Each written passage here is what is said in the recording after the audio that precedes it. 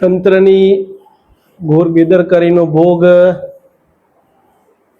ખેડૂતો બનતા હોય છે એવો કિસ્સો બાજરી, મકાઈ, જુવારની અંદર બન્યો હતો। સરકાર દ્વારા બાજરી, જુવાર, મકાઈની જે ખરીદીનો લક્ષ્યાંક આપવામાં આવ્યો હતો એની સામે ક્યાંક ના ક્યાંક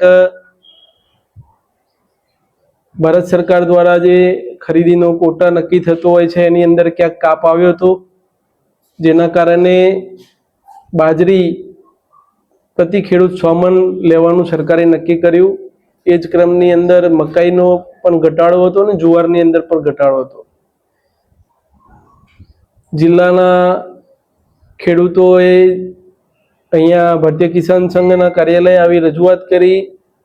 અમારા કાર્યકર્તાઓ દ્વારા પણ રજૂઆત આવી હતી। જેના અનુસંધાને રાજ્યના અન્ન અને નાગરિક પુરવઠા મંત્રી શ્રી રમણભાઈ સોલંકીજી અને રાજ્યના કૃષિ મંત્રી જીતુભાઈ વાઘાણીજીનો સંપર્ક કરવામાં આવ્યો।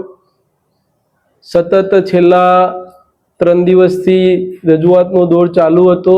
સરકારે પણ મંથન કર્યું અને જે પુરવઠાનો જે સ્ટોક, ખરીદીનો જે સ્ટોક હતો એની અંદર વધારો કરવાનો આજે સવારે 11 વાગે નક્કી થયું કે ભાઈ જે બાજરી 100 મણ લેવાની હતી એ 175 મણ લેવાશે। એ જ રેશિયાની અંદર મકાઈ અને જુવારની અંદર પણ ખરીદી કરવામાં આવશે।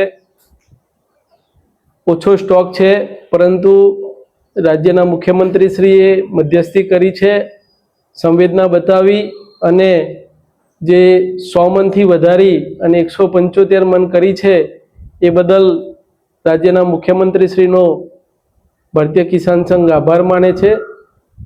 સાથે સાથે જિલ્લાના ખેડૂતો સાથે પણ સંવાદ થયો છે તો એમને પણ આ બાબતને આવકાર આપ્યો છે। ગુજરાત એ સરદારની ભૂમિ છે। વિકાસનો ક્યારે પણ અવરોધ ના જ હોઈ શકે। જે કંઈ પણ વિકાસના પ્રોજેક્ટો છે એ સમયસર પૂરા થાય તો એ રાજ્યની સરકાર અને રાજ્યની પ્રજા બંને માટે અને જે તે કંપનીઓ માટે પણ એ લાભદાયક રહેતું હોય છે।